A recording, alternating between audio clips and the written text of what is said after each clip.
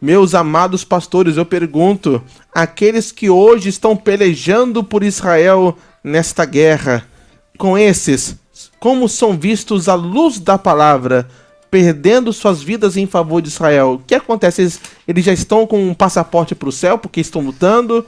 Como que Deus os vê? Como eles estão? Respondam, fiquem à vontade, pastores. Guerra não é passaporte para lugar nenhum. O passaporte para o céu é Jesus. Glória a Deus. Seu sangue derramado na cruz.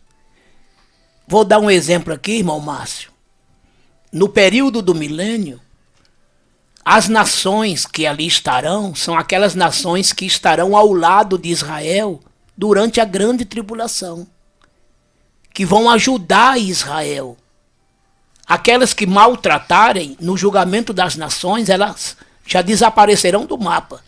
Aquelas que estiverem do lado de Israel, elas serão abençoadas e receberão uma recompensa de 1000 anos de paz por terem protegido Israel, ou estando do lado deles, de alguma forma. Mas veja que isso não influiu na salvação deles, porque logo após o milênio, versículo 7, capítulo 20 do Apocalipse até o 10, a Bíblia diz que Satanás, quando for solto, reconquistará estas nações. Isso é um sinal de que elas não aceitaram, é a prova de que não aceitaram. E estas nações que durante a grande tribulação ajudaram Israel, agora serão contra, tanto contra Israel como contra a igreja. E é tanta gente que encherão a largura da terra, indo em direção a Jerusalém, para guerrear contra os santos. E descerá fogo do céu e o destruirão a todos. Então, neste caso, hoje e sempre, eu preciso ter Deus na minha vida para ser salvo, independentemente da minha vida social, civil, militar e etc, tá bom? Então depende individualmente de como cada um está diante de Deus. É a minha opinião, meu parecer. Está aqui o pastor Samuel, que também dará o seu parecer. É louvável, é uma questão de justiça. É verdade. Né? Israel foi atacado, então é justo as pessoas se coligarem ou emitirem suas opiniões, claro, e darem a sua ajuda para aquilo que é correto, para aquilo que é justo. Então, é uma atitude louvável, né? Chefe de Estado estarem a favor de Israel. Mas como o pastor sabiamente disse, tem que se converter a Cristo Jesus. Né? Esse é um ponto. E aí, entrando nessa seara aí, é bom a gente lembrar que tem muitas pessoas simpatizantes do Evangelho, amigos do Evangelho, é amigo do Evangelho. Pura verdade. Não é? É simpático, não ataca, não escarnece. Até ajuda, né? Mas precisa nascer de novo. Né? No Antigo Testamento, nós encontramos, tem um texto que eu guardo no meu coração, no segundo livro de Reis, capítulo 17, versículo 39, diz assim: Antes ao Senhor, o vosso Deus, temeis. É Ele que vos livrará das mãos de todos os vossos inimigos. Então, temer a Deus é algo bom, é maravilhoso. Tem que aprender a temer o Senhor. Sempre ensino, explico e prego que temer o Senhor é bom, mas temer a Deus não é sinônimo de salvação. Porque em Salmo 128, versículo 1 diz: Bem-aventurados aqueles que temem e andam nos caminhos do Senhor. Então tem que temer e tem que andar. Então temer é o princípio da sabedoria, não é o final. Então é muito bom a gente entender isso. Então diz aqui o versículo a posterior, versículo 40, segundo Reis 17. Eles, porém, não deram ouvidos, mas fizeram segundo o seu antigo costume. Aí o versículo 41 fecha o capítulo 17 do segundo livro de Reis. Assim essas nações temiam o Senhor, mas serviam as suas próprias imagens de escultura. Olha, está muito claro. Não é? Então é um versículo que responde ao nosso irmão. Perfeitamente. Não é? Bom, se temer o Senhor é bom, mas não resolve, temer Israel, ajudar Israel, porque Israel tem sido vítima e tem sido, digamos,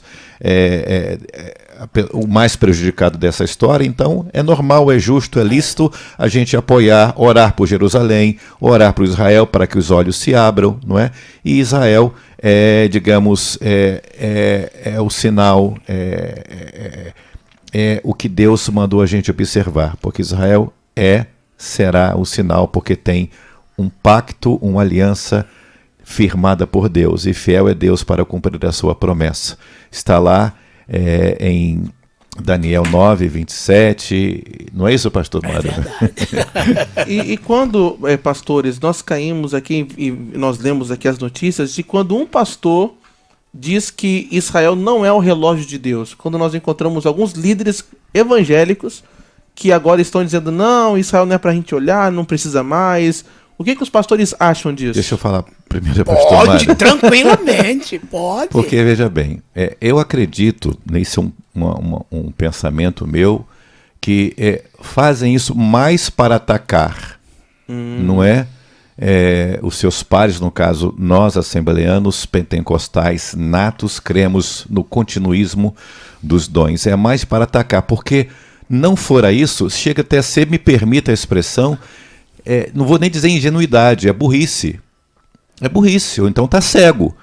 Porque se ele pode não acreditar em algumas coisas, não que a videira não é Israel, mas Israel foi e será um sinal de Deus, acabou. Porque os últimos acontecimentos estão firmados sobre a nação de Israel, e todo Israel será salvo. E quando Jesus voltar, Israel terá os olhos abertos. Como é que Israel não é um sinal? Claro que é. Então, no meu ponto de vista, aí falo, eu sou responsável pelas minhas palavras, não é?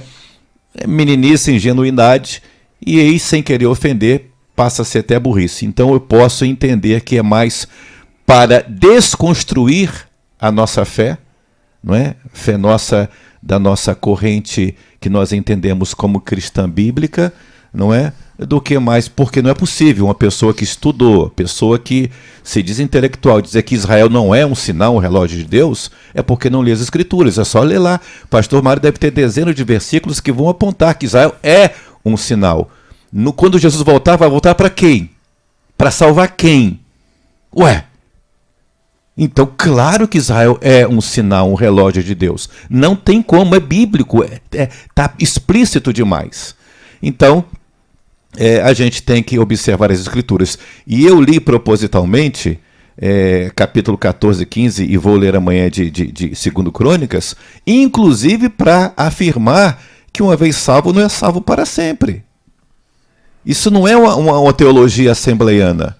Isso é um acontecimento e são fatos bíblicos. Você vê a asa de um jeito no capítulo 14, capítulo 15. No capítulo 16, pronto. Desviou. E a Bíblia diz que, quando ele ficou inclusive doente, não procurou Deus, não buscou Deus, só buscar médico. É verdade. É pecado buscar médico? Claro que não. Mas, ou seja, ele não buscou a Deus como deveria buscar e como ele buscou no início. Pastor Mário, eu estou falando demais, acho que eu vou embora. Não, tá maravilhoso, estou gostando de te ouvir. E eu me lembrei do rei Ezequias, você lembra? Depois meu Deus. Que Deus deu para ele 15 anos, ele vai e mostra todos os tesouros para os babilônios. O que é que Isaías diz? Se engrandeceu.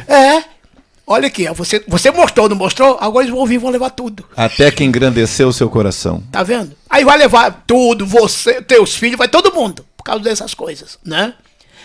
Mas olha, sinceramente, o que eu tenho a dizer ao povo é, não acreditem nestas coisas. Nós somos continuistas. Eles são sensacionistas. Eles acham que tudo cessou. Eles acham que Israel cessou. Eles acham que o batismo com o Espírito Santo cessou. Os dons espirituais cessaram. Nós não. Porque, gente, olha bem. Por que é que Paulo disse isso aos romanos? Professor Tonel, 1,16 de Romanos. Por que é que Paulo disse aquilo? Por quê? Romanos 1,16, olha bem. Porque não me envergonho do evangelho de Cristo, pois é o poder de Deus para a salvação de todo aquele que crê, primeiro do judeu e também do grego. E aí, pastor Samuel? Primeiro de quem? Primeiro de quem? Do judeu. João 4,22. Mas, pastor Mário, isso é coisa do Antigo Testamento. Como é que está perdido ali no Novo? Mas tá perdido, né? Foi um erro de digitação nos pergaminhos. Foi o tradutor que colocou errado ali. O Paulo cochilou na hora que escreveu isso também. Meu Paulo Deus estava do cochilando, né? Paulo estava cochilando. Pode ter sido. João 4:22. Vós adorais o que não sabeis, nós adoramos o que sabemos, porque a salvação vem dos judeus. E quem foi que falou isso? Foi Paulo? Foi Mário Souza? Foi Jesus. Samuel França? Quem falou isso? Jesus. Jesus. Ele disse, olha, a salvação vem dos judeus. O evangelho primeiro pregado para os judeus. Gálatas 3:8. Então quer dizer que essa gente não é importante? Se tudo vem deles, começa por eles, e depois deles, nós, inclusive os tais que estão sendo contra e desdenhando aquele povo. Gálatas 3:8, pois não. Pastor Mário, só para corroborar, assim, Atos 20:21. Tenho declarado tanto aos judeus, olha quem vem primeiro, Aí. tanto aos judeus como a gregos, que devem se converter a Deus e arrepender-se e ter fé em Jesus Vocês Cristo. estão, tá vendo só? Atos 20:21. Gálatas 3:8. É. Ora, tendo a Escritura previsto que Deus havia de justificar pela fé os gentios, anunciou primeiro o evangelho a Abraão, dizendo: todas as nações serão benditas em ti. O que foi que Paulo disse? Que esse evangelho seria pregado aos gentios, né? A escritura, né? Mas antes de ser levada as escrituras aos gentios, Anunciou o evangelho a Abraão. primeiramente é quem? Abraão, Abraão, que é o quê? Simplesmente o pai dessa turma. amigo de Deus. Deus Não é? de Abraão, Isaac e Jacó. É, amigo de Deus e o pai de Isaac, o pai de Jacó, e lá vem os 12, né? Vê aquele texto que lá está em 1 Coríntios, eu quero lembrar agora, que fala, portai-vos de tal maneira que não dês escândalo. Vê onde é que está aí. Capítulo Não sei se é 10, 33. 10, 31 ou 32. É, vê aí. Sim. 1 Coríntios 10. Coríntios Leu 10. 31, 32. 31. Porque quer comais ou quer bebais, ou façais outra qualquer coisa, fazei tudo para a glória de Deus. Portai-vos de modo que não deis escândalo. 32, tá? Portai-vos de modo que não deis escândalo nem aos judeus, nem aos gregos, nem à igreja de Deus. Onde é que vem o primeiro? Judeus. Portai-vos de tal maneira que não dês escândalos, nem aos judeus, nem aos gregos, e nem à igreja de Deus. Então você vê que Israel é, sim, o cronômetro de Deus. Israel é a figueira que vai e que já começou a brotar. Israel é a oliveira, cujos galhos são naturais, que tirados foram em parte, para ser enxertados os zambujeiros, mas que em breve os zambujeiros sairão, eu e você, amigo, para os galhos naturais serem reenxertados. Israel é sim a videira. Então Israel não é só uma árvore, não são 3 logo de uma vez. É figueira, é oliveira, é videira.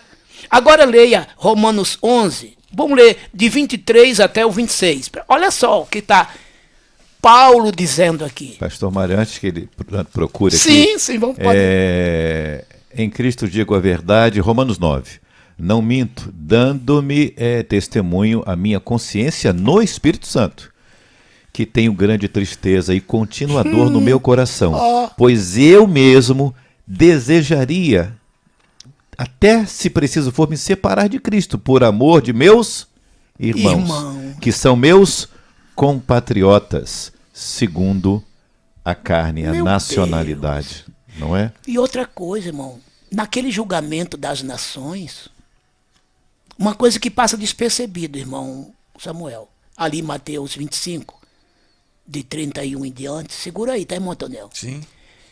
Jesus dizendo, olha, quando ele fala assim, vinde benditos de meu Pai, possuí por herança o reino de Deus que está preparado desde a fundação do mundo, porque tive fome e tal, tal. Quando foi que tivemos fome? Que você teve fome, demos de comer e tal, tal. Sempre que fizeste a um desses meus pequeninos irmãos, a mim fizeste. Depois ele fala aos malditos, na parte de maldito. Então você vê ali quem? Quem? Aqueles irmãos que Jesus está falando são os judeus. São seus irmãos judeus. E por aqueles seus irmãos terem sido beneficiados, as nações que fizeram isso terão 1000 anos de paz.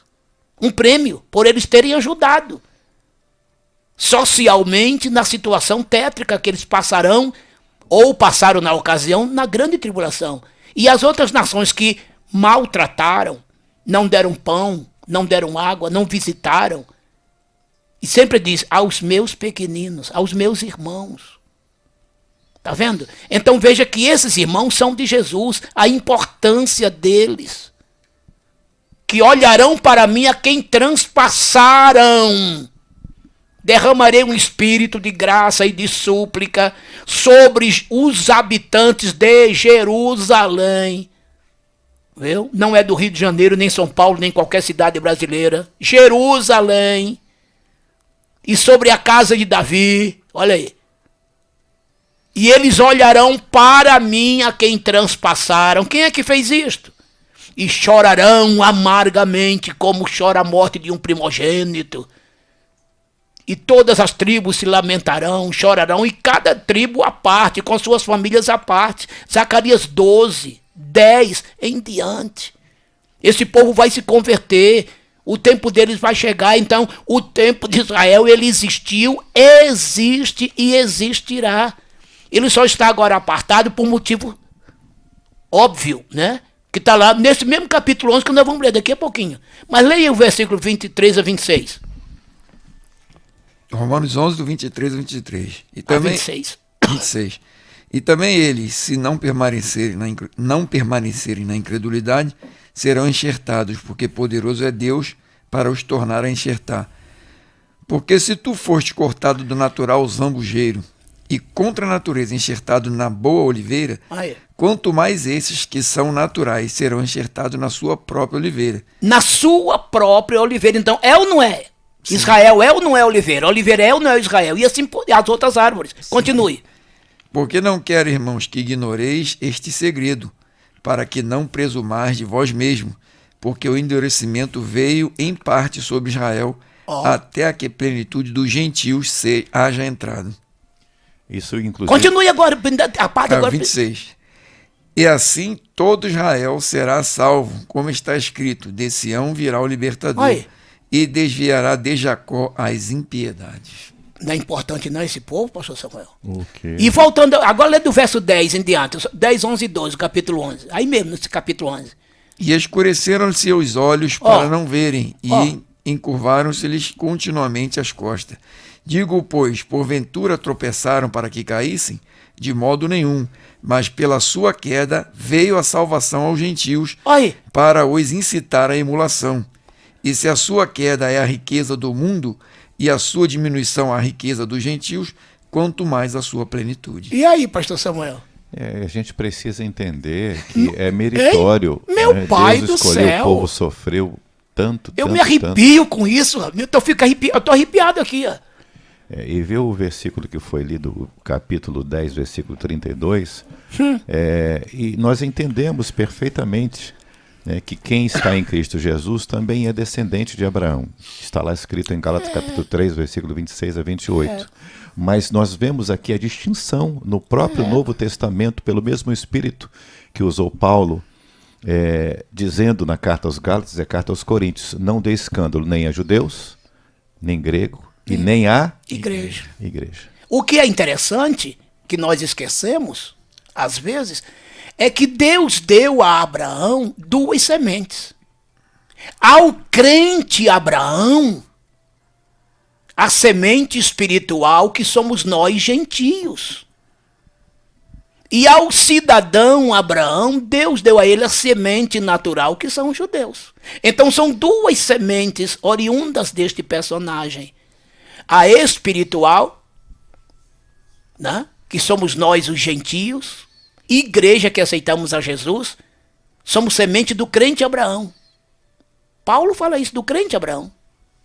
E os judeus, a sua semente natural, da qual veio a sequência dessa semente, Jesus, judeu.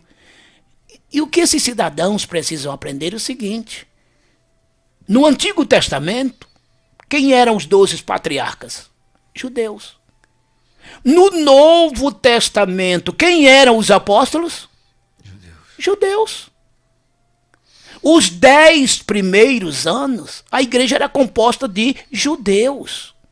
Naquele dia de Pentecostes, eram judeus, varões religiosos, Que vinham de todas as nações. que estavam lá no dia de Pentecostes e que aceitaram Jesus. 3.000 numa tacada só. Depois mais 5.000. E daí por diante. Aquele concílio de Jerusalém, Atos 15, quando houve a liberação, né, para definitivamente tirar das costas dos gentios todos os encargos e tal, ficasse somente aquilo que está escrito ali, pareceu bem a nós e o Espírito Santo, aquilo ali se deu 20 anos depois do dia de Pentecostes.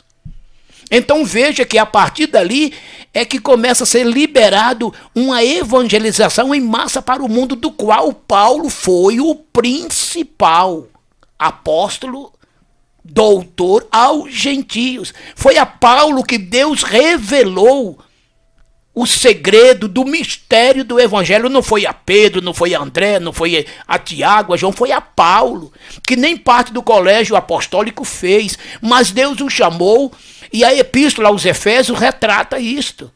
Esse mistério do evangelho foi revelado através dos séculos por Jesus Cristo a Paulo. E foi Deus que disse a Paulo: vai para o gentil, é você que vai para lá. Entendeu? Então, através de Paulo é que veio isso para nós. As coisas eram esporádicas. Veja que Pedro deu uma saidinha para ir lá pregar para Cornélio, quase que excluíram ele. Se ele não está com 6 testemunhas, ele estava no sal ali. Atos 10, 11 em diante, né? E veja como Paulo sofria. Paulo está trazendo aqui uns gentios aí que não, entendeu? Quer dizer, então Paulo tinha que se virar quando ele trazia os seus companheiros e tal, para andar conforme os costumes daqueles irmãos. Mas veja que nos 20 primeiros anos só dava judeu na igreja.